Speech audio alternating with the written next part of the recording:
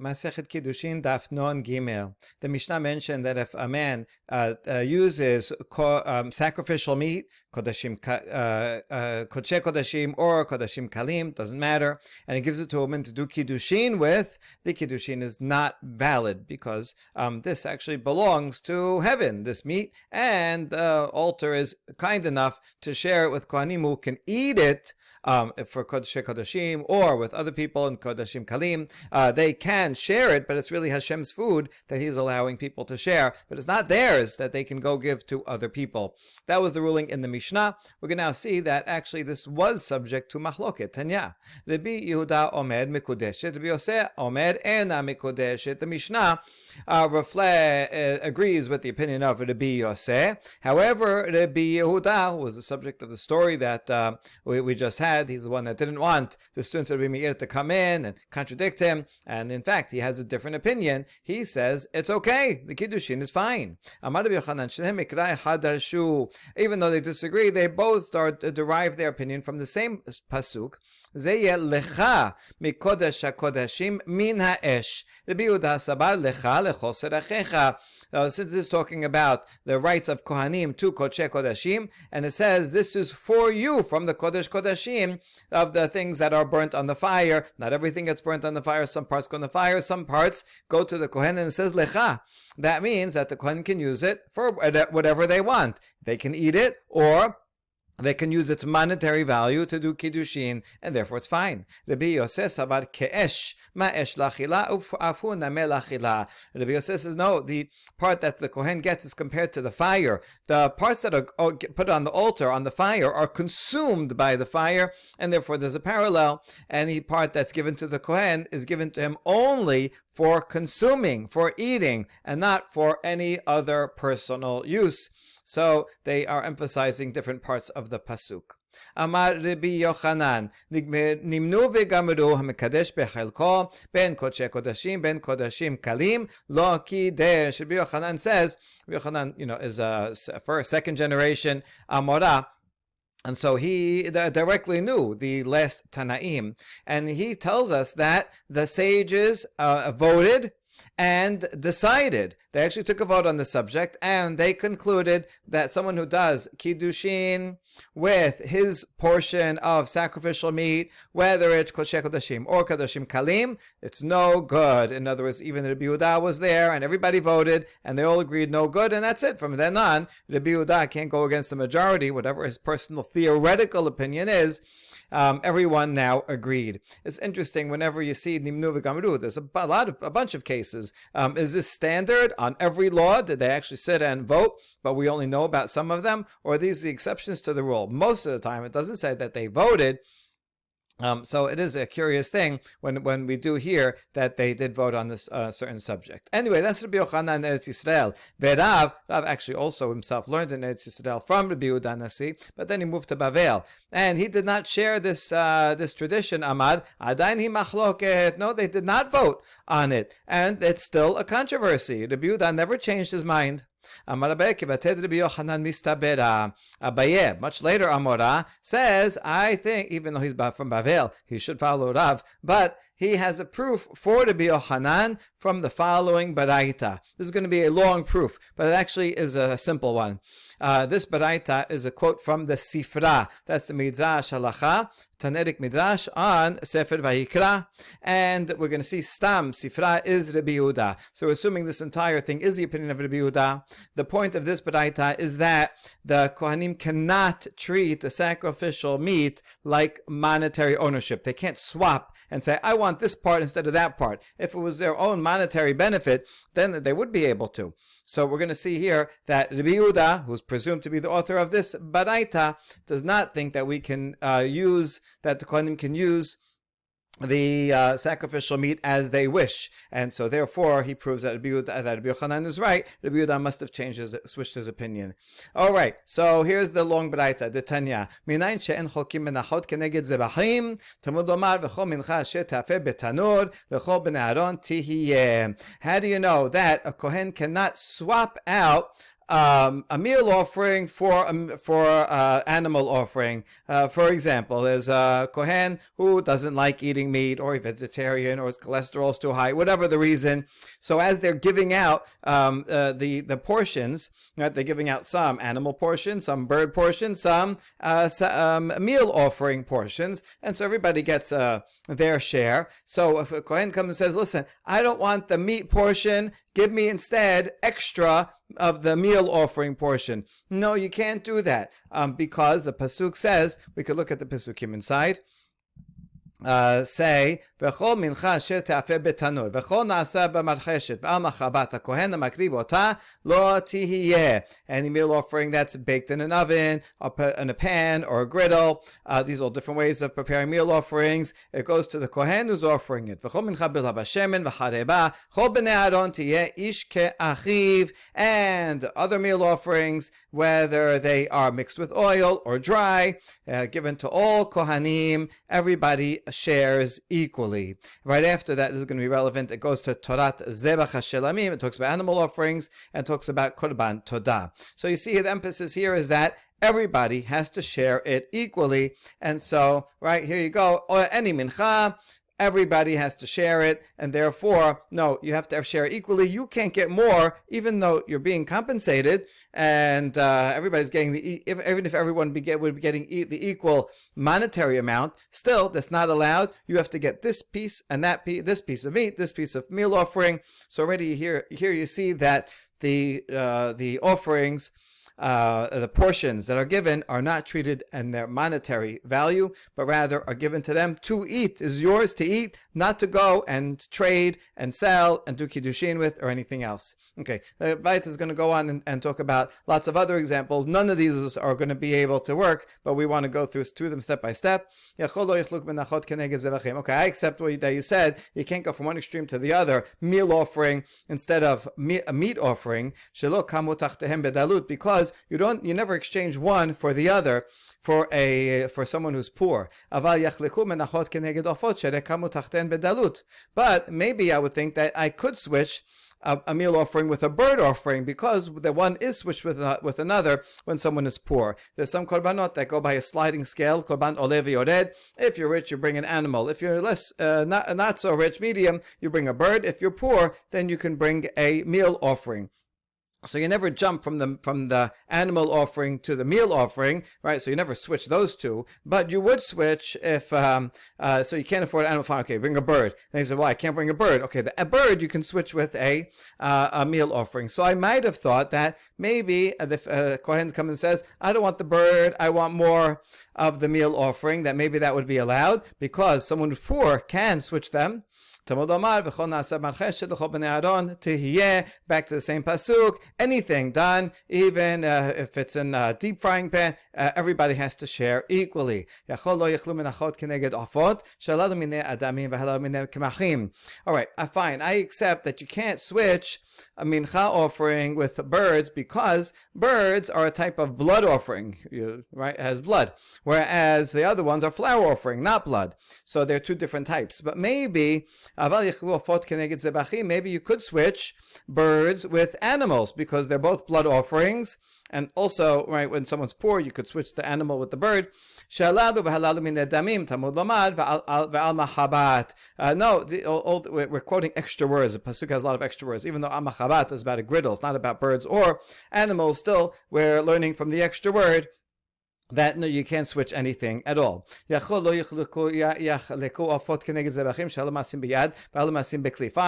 I understand the reasoning behind that. You can't switch birds for animals, because animals, birds you slaughter with your hand. As you don't, it's not a ritual slaughter. Rather, the kohen puts his finger, his thumb, nail into the neck of the milika of the bird, so that one is killed with a hand, whereas animals are killed with a knife. So that's why you can't switch them. But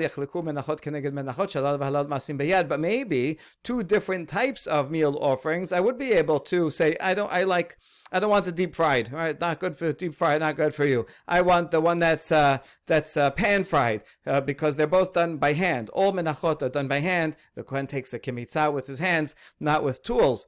So maybe I would think that's good. Talmud Lomar, v'chol mincha b'la b'shemen, l'chol b'nei Yisrael. No, any type of mincha, no matter how it's prepared, everybody gets an equal share of each type. Fine,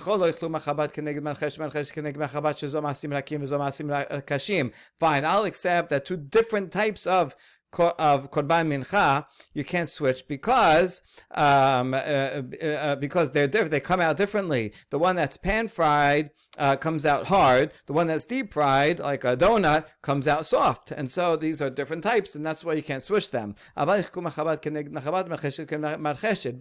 let's say there's two different pan frieds, or there's two different deep frieds. And it says, no, I don't want so much of that deep fried one. I want the other deep fried korban mincha. I want more of that and less of that, right? For whatever reason. I like, I know the person that brought this one, and I want to eat more of this one and not less of that one. I like this kohen better, whatever the reason.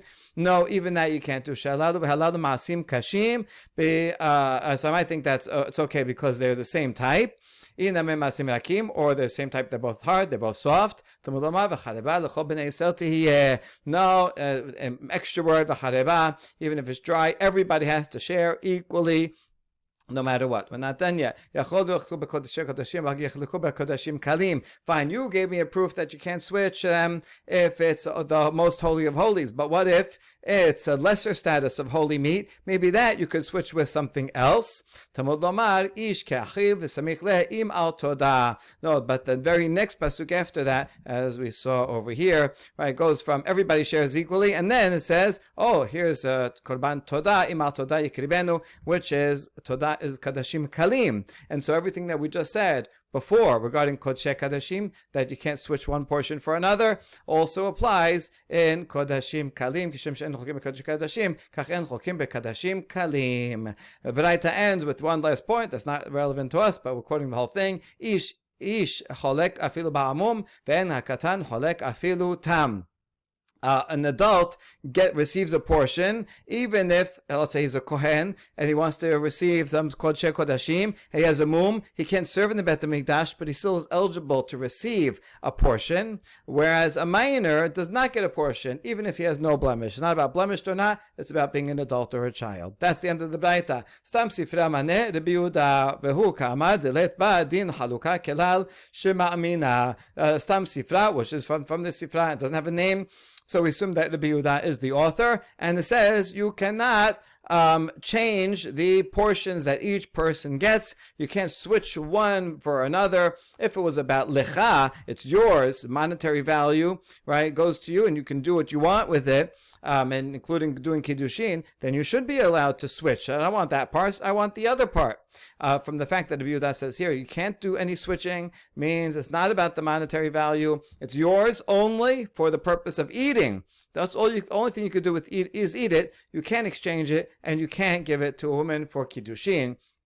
So we see that Rabbi Yehuda, once everybody he was outvoted, so then he ruled like the majority. Now remember, all this was to prove that Rabbi Yochanan, who says they voted, and Rabbi Yehuda agreed to the majority. But Rav said, no, there was never a vote, there was still a machloket. Rabbi Yehuda never agreed to the others. So Rav says, oh, I have a braita according to Rav. If you brought a braita that supports Rabbi Yochanan, fine, look at this braita.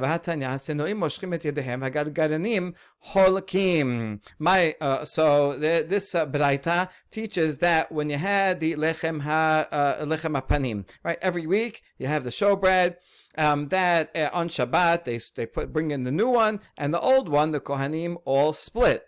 Now there's 12 loaves, which sounds like a lot, but there's a lot more Kohanim, and so once they split it up evenly, so each Kohen would get a bean size, not even a kezayit, and if it's not a kezayit, they can't even fulfill a mitzvah of eating it with a size of a bean, and so. This is what would happen. Those who were modest, they would not withdraw their hands. They wouldn't take a portion, right? They would be like, it's okay, I'll let someone else do it. They're being polite. Whereas the gluttons, they would take extra shares of theirs. So what you see from here is that this braita, which also we're assuming is the opinion of Rabbi Yehuda, continue, because who else would it be? Rabbi Yehuda is the only one that said in the first place that you can, it belongs to the Kohen, even their monetary value, they can use it. So, assuming this is the opinion of Rabbi Yehuda, you see that some people can take more and other people take less, and that's okay, right? So this is cholkim, and that means that we're treating it that the Kohen can get personal benefit. He can decide, no, you get more. Other ones can say, I want more. I want more, and so it's the monetary value, and they doesn't have to be split equally. So that's a proof that Rabbi Yehuda did not change his mind. Now, of course, you could say this is before Rabbi Yehuda changed his mind, but we don't go in that direction. Instead, we reject this proof for a different reason. My cholkim hotfim. You think cholkim means that they sat and agreed, you know what, I'll give you this, you give me something else tomorrow, right? That they sat and agreed to it? No. The gluttons, they would just grab more than their share. That's why it makes sense. Sinuim, they would just have to be passive. They didn't have to do anything. They're just, they're not going to rush into the line and start grabbing. They're like, this is not respectful. So they stay on the side, meanwhile the gluttons go and grab as much as they can to make sure to get at least a kezayit. As we see in the continuation, there was in fact a case of one Kohen who grabbed not only his own portion, he also grabbed someone else's portion. And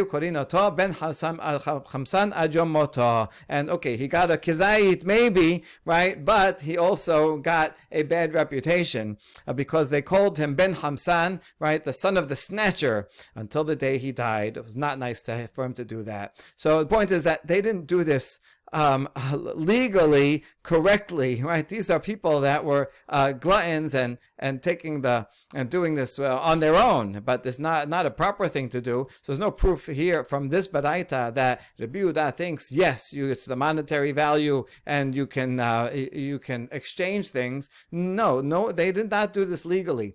And how do you know that the word hamsan means a snatcher or extortionist? It says, Elohai paleteni miyad rasha mikaf me'avel ve'hometz pasukim telim. Hashem rescue from the hand of the wicked, from the grasp of the unrighteous and grasping man, or extortioner. Rabba amar mehachalim du hetev du shumishpat asheru hamotz. Or a different pasuk in Yeshaya, do good, seek justice, relieve the oppressed from hamotz, from thieves, from snatchers. So that's where you see that the word means that, and therefore this baraita is not necessarily a proof that Rabbi Yehuda stayed with his own opinion, which is what Rav said. That brings us to the next part of the Mishnah. Maaseh sheni ben b'shogeg ben b'mezid lo kidesh diber Rabbi Meir. Rabbi Yehuda omer shogeg lo kidesh mezid kidesh. If someone uses maaser sheni, fruits, and gives it to a woman, with this maaser sheni, according to Rabbi Meir, it's no good whether he realizes or doesn't realize. He might forget, I didn't realize that this produce or this money is something I used to redeem maaser sheni. I didn't realize, and I gave it to her. Or if he realized it on purpose, no matter what, it's no good, because maaser sheni money belongs to God, not to you. Even though you're allowed to take it to Jerusalem and eat it, fine, you're allowed to consume it in that way. God says, fine, you can share it with me. But it's not yours to give. Rabbi Yehuda, however, makes a distinction between shogeg and mezid. We're going to focus right now on Rabbi Meir. We're going to get to Rabbi Yehuda soon. So, menahane why? What's the source of Rabbi Yehuda that you can't use maaser sheni money or produce? Amar Rav Acha bered Rav Mishmeh di Gemara. B'chol maasar ha'aretz mizera ha'aretz mepiri ha'es laHashem hu kodesh laHashem hu velo lekadesh bo isha. The Torah with regards to maaser sheni says, all of this tithe of the land from the trees, it goes to Hashem. It is holy to Hashem. Right. So remember these words: La Hashem hu kodesh la Hashem. It belongs to Hashem. It is holy to Hashem. So we're going to need all these words. So we derive it belongs to Hashem and not to you. You can't go and do other things with it, including getting married with it. הרי תרומת מעשר, תכתיב כן תרימו גם אתם תרומת Hashem. Now we're not sure exactly where we're learning it from, right? Is it just from the fact that it says Hashem? Here, that's what it seems. Well, then I'll bring you Tirumat Maaser. That's the terumah that the Levi gives from his maaser to the Kohen. And there it says, Ken tarimu, you Levim also have to give terumah, and it's called terumat Hashem, so that belongs to God, right? Utnan mekadesh b'terumah mekudeshet. But the pasuk, but when the Mishnah says that if someone does Kiddushin with terumah, including terumat maaser, the Kiddushin is valid. So why is it valid if it calls it that belongs to God, terumat Hashem, the terumah of Hashem? And the answer is delakati be'la Hashem. It's true, it isn't semichut terumah. Terumat Hashem, right, which is equivalent to saying Terumah Shel Hashem, but still it doesn't have that lamed that it does in Maaser Sheni and say La Hashem, and that's why Maaser Sheni is totally to God, and you can't do it. Terumah you can. Maaser Sheni you cannot use because it says La Hashem.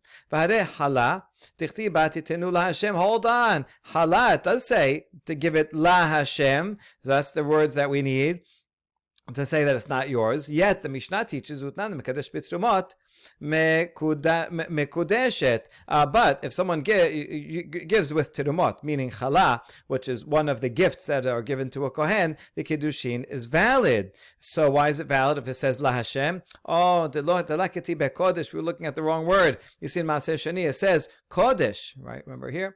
Kodesh la Hashem. That's what makes it holy and not usable. But here Chala doesn't say Kodesh. All right, fine, we'll accept that. But what about the next objection? Yovel hi Kodesh lachem.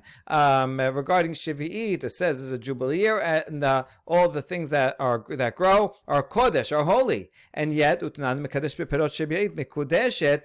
Someone who uses something that grows during Shivi'it, the Kiddushin, is good. We saw that Mishnah a couple of dapim ago.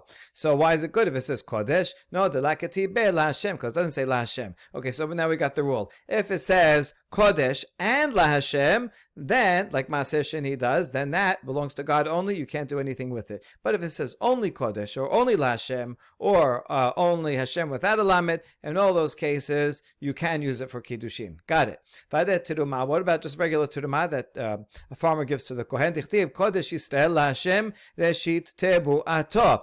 Yirmiyah is quoting a pasuk, but using it as an analogy to Bnei Israel, and says, Kodesh Yisrael Hashem, the nation of Israel is holy to God. It is the first of its fruit, meaning it's like the first of its fruit in that this is something special and holy. The rest of the pasuk says, Kol ochelav ye'eshamu. Anyone who eats, meaning consumes, or destroys Israel, any enemies that come and destroy Israel, they will get punished. So you're making an analogy, just like anyone who eats the first fruits, the first grains, terumah, that belongs to the Kohen, and the person eats it instead, that person gets punished. So too, Israel is compared to the first grain that belongs to Hashem, is special to Hashem, and any enemy who comes and destroys Bnei Israel, they will be destroyed. It's a beautiful, beautiful pasuk.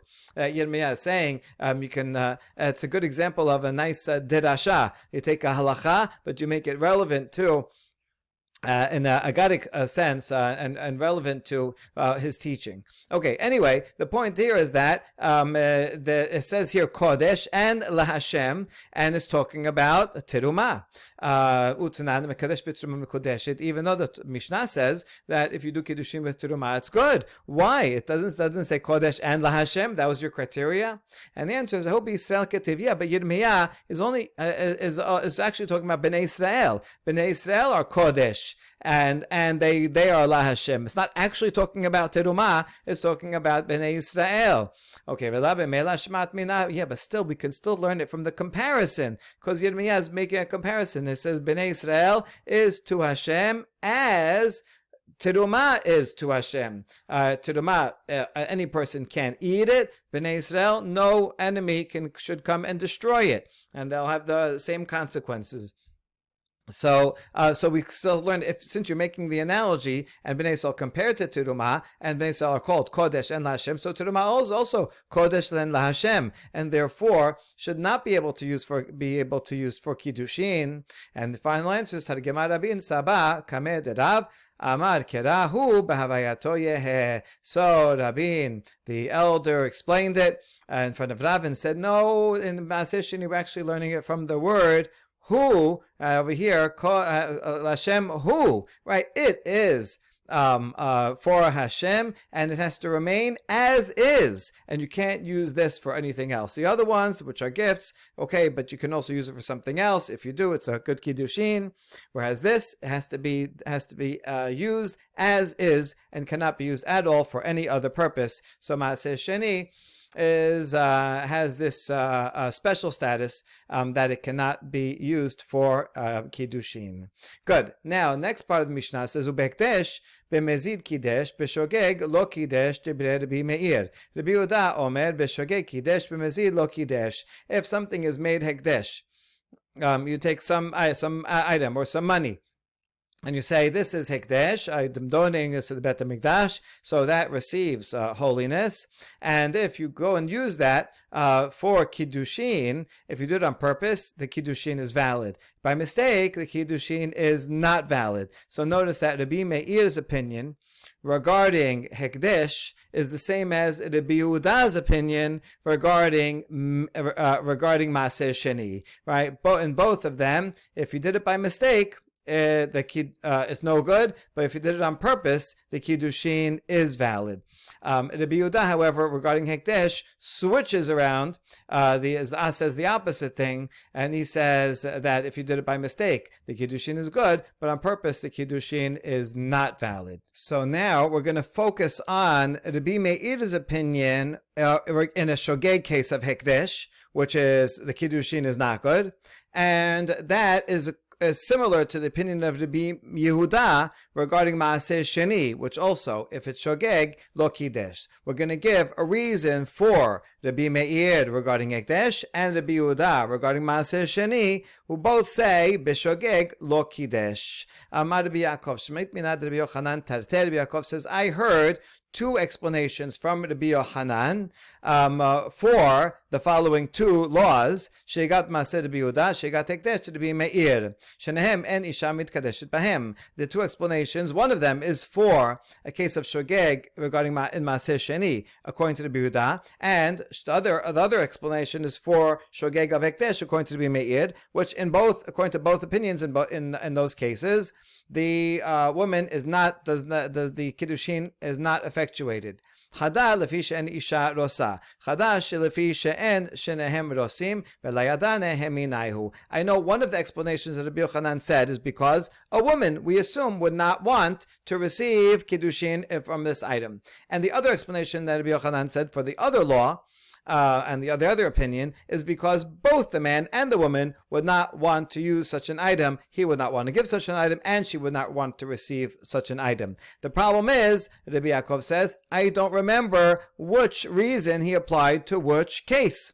Now, it does make a difference, because you could have a case where she says, I accept it, even though most women wouldn't accept it. That's okay with me. So then, if that's the only problem, the Kiddushin would be good. But if also he would not want to do that, then the Kiddushin will still not be valid. So now we're going to try to figure out which one applies to which, and we're going to see two opinions.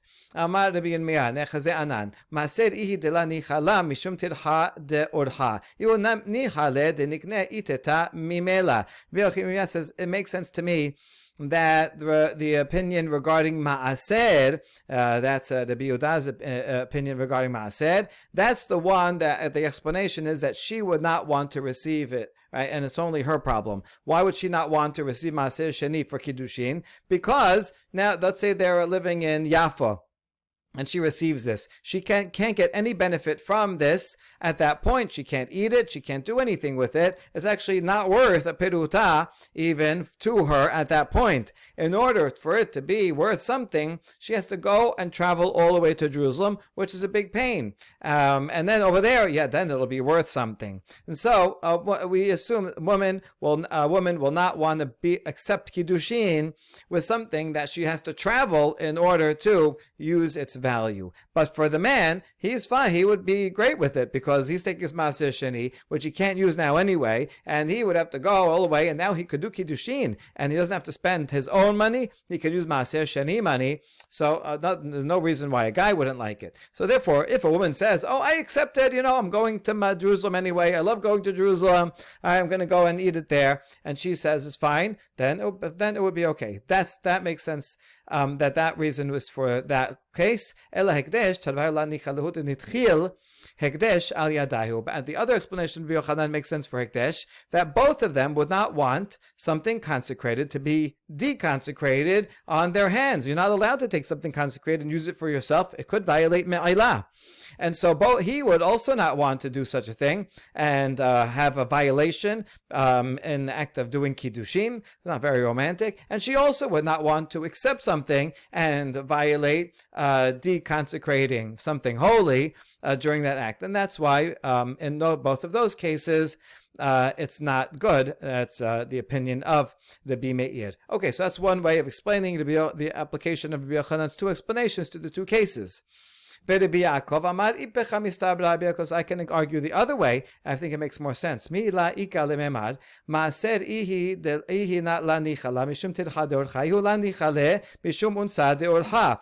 regarding Maaser Sheni in the opinion of Rabbi Yehuda. That's where both of them would not want to use this item. She, because she doesn't want to have to go, what a pain to have to travel all the way to Jerusalem in order for it to now be worth something so she can enjoy it. And he also would not want to give Maaser Sheni because she may lose it on the way. If she loses it on the way, then she never received that. In effect, she never received any benefit from it. And then he's going to have to give her something else, right? More money. And so he's always going to be worried that she's going to lose it. And then she's going to say, "What? You never gave me anything worth a peruta." He's going to have to give more. So he'd rather be responsible for himself and say, "Okay, I'll bring this to Jerusalem," and not want to trust someone else to have to bring it to Jerusalem. And if not, then he has to now take money out of pocket. So that's why both parties would not want to use Maaser Sheni. But regarding Hekdesh, there she would not want to receive Hekdesh and now cause it to be deconsecrated on her hand and have to have that on her head, so she would not accept it.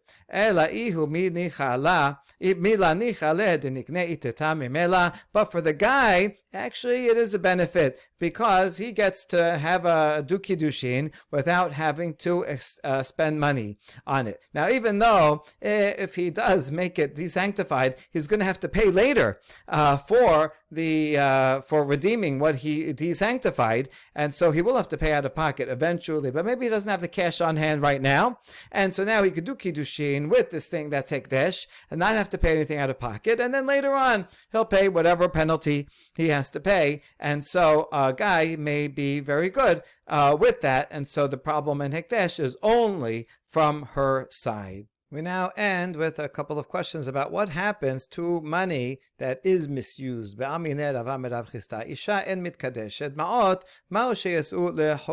had consecrated money, and we just said according to the Meir, if it was beshogeg, the Kiddushin does not take effect. Now the Kiddushin does not take effect. Now this money that was consecrated money, does it become holin? The general rule is that if you had take something that was consecrated and then misuse it, you commit me'ilah, so the money is not consecrated anymore, and now, but I violate and have to pay that same money back and a fifth and bring korban and so on. So what about this case? Since the Kiddushin did not take effect, did the money actually become unsanctified or not? And Rav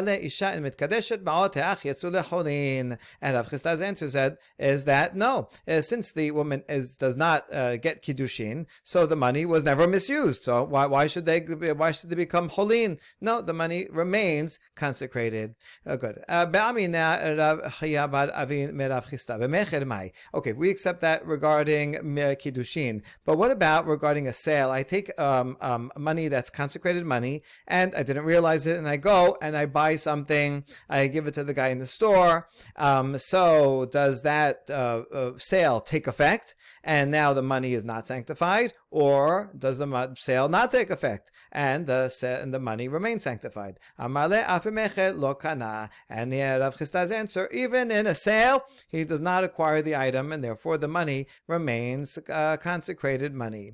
Itibe. Now we have a challenge to this statement of Rav Chisda regarding a sale. And it's the question is gonna come from the status of a storekeeper. Okay. The question is the storekeeper have the status of a homeowner, or that's according to Meir? Yehuda says no, storekeeper has the status of a money changer. What are we talking about? Here's the law. If I go and give money to a money changer to hold for me, basically like a bank. So nowadays in modern banks, if I go and deposit $100, the bank is not storing that $100 bill in a little box for me, but rather they're using it, and I know that they're going to use it. They're going to lend it to someone else. They're not keeping that money on hand. So the back in those days, the money changer, shulchani, is called that because he has a shulchan. He sets up a little table where he has the stacks of money, and people can come. They can exchange money, but they can also deposit money with him for that. He will watch it for them. He was the bank of the olden days. Now, if I come to a shulchani and I give him some loose coins, then he can go and lend it out to other people. I don't expect him to have it there. On the other hand, if I give him a bundle tied up of money, then I expect that he will keep that money there, exactly bound up as is, and he is not allowed to give it to other people and lend it out or use it. That's the basic understanding. Maybe I get a higher interest rate if I let him use it, and if I don't know what the details were, but that's the way it is. Now, if this money actually is consecrated, right? These were consecrated coins, and I didn't realize it, and I gave it to the shulchani to hold on for me. So if it's bundled up, and so therefore the shulchani does not have a right to use it. If the shulchani goes against that right and uses it, the shulchani is the one that's responsible for me'ilah, for misusing it. On the other hand, if they're loose coins, and therefore the shulchani did nothing wrong because he's fully expected to go and use it, and I'm the one that made the mistake in giving it to him, then I'm the one that's responsible for me'ilah. So regarding a shulchani, it makes a difference if it's bundled up or not. However, regarding a homeowner, if I give to my neighbor, I said, can you hold on to this money for me? He is not allowed to go and use it. The homeowner can't decide now to become a bank and start lending out my money. It doesn't matter if it's bundled up or separate. A homeowner is not allowed to use it. Therefore, if it's consecrated money and I gave it to him to watch and I didn't realize it was consecrated money, and then he goes and uses it, it doesn't matter whether it's loose or even if it's bundled up or even loose. He cannot go and use it. If he uses it, my neighbor is the one that commits me'ilah. So that's the difference between Baal Habayit and a shulchani. Okay, all that we're assuming that we know. Now the question is the storekeeper. Is the storekeeper like a Baal Habayit? If I deposit money with a storekeeper, so he's not quite a bank, right? But although he deals with a lot of money, and exchanges, so is a storekeeper like a Baal Habayit? That's what a Meir thinks, and he can't go and use it even if it's loose, and therefore the chenvani will be liable me'ilah if he uses it, even if it's loose. Where according to the Yehuda, he says no, the chenvani, the storekeeper, he exchanges a lot of money all day long, and we can't expect him to keep the same exact money if it's loose, and therefore if he uses it and it's loose, then the store owner is not liable, but rather the depositor is liable. That is the machloket between them. Ad kana plige ilaka miflag ela demor savar chenvani keshulchani, umor savar chenvani kebal habayit, aval dekula alma im hosi ma'al. So we see that the subject of the machloket is only whether the storekeeper is considered like a money changer, or is he like a homeowner with regard to this money that I gave him. That's the question. But everyone agrees that if the storekeeper actually went and used this money and misused it, right, in whatever case it would be, let's say it was bound up and he wasn't supposed to use it, right? And so no matter what, everybody would agree that in such a case, it's no good, that he committed me'ilah. So we see that if the store owner went and used this money and bought something with it, that's mecher, that he will have committed me'ilah. And this goes against Rav Chisda, who says that if you take consecrated money and you try to buy something, the sale will not be valid and the money is not consecrated and there's no me'ilah. Here we say if the store owner goes and buys something with this money, he does commit me'ilah, and everyone seems to agree with it. So this is a challenge to Rav Chisda, and we answer no. Rabbi Meir lidvarav de Rabbi Yehuda kama lididi mosi nami lo ma'al. Rabbi Meir was only saying this for to be according to the Rabbi Yehuda. Rabbi Meir was saying, listen, according to me, I think, and this is what Rav Chisda also thinks, that if you try to spend money and it's kodesh money and you try to buy something, the sale does not go through, and therefore it's completely invalid, and you do not commit me'ilah. That's what I think, and Rav Chisda said, see, Rav Chisda will follow Rabbi Meir. But Rabbi Meir himself doesn't think that the store owner will commit me'ilah. So what does it mean when he said this statement here? Ela lididach. Rabbi Meir was saying, according to you, that you think that there is me'ilah in the case of when it's shogeg, and you do it because Rabbi Yehuda is the one that says if b'shogeg you use hekdesh for kiddushin, then the kiddushin is valid. Valid means you did make it unconsecrated and you violate me'ilah. And he would say the same thing regarding a sale. So this is, according to me, it's invalid. Kiddushin is invalid. Sale is invalid, and there's no me'ilah. According to you, you say that the kiddushin is valid, the sale is valid. I hope that you would at least agree with me, Odeli miha dechenvani kebal habayit. At least you should agree with me to treat the store owner like a baal habayit, and just like a baal habayit is not allowed to use the money, whether it's bound up or loose, so to a store owner, if I'm depositing with him to hold, he should not be able to use it, whether it's bound up or loose. It's not like a money changer who's like a bank who's going to use it in the meantime. So, well, don't you agree with me at least on that account? Rabbi says, no, I don't agree. I think that a store owner, he has a lot of people coming and depositing things, and so he is more like a money changer. Baruch Adonai Leolam, Amen ve'amen.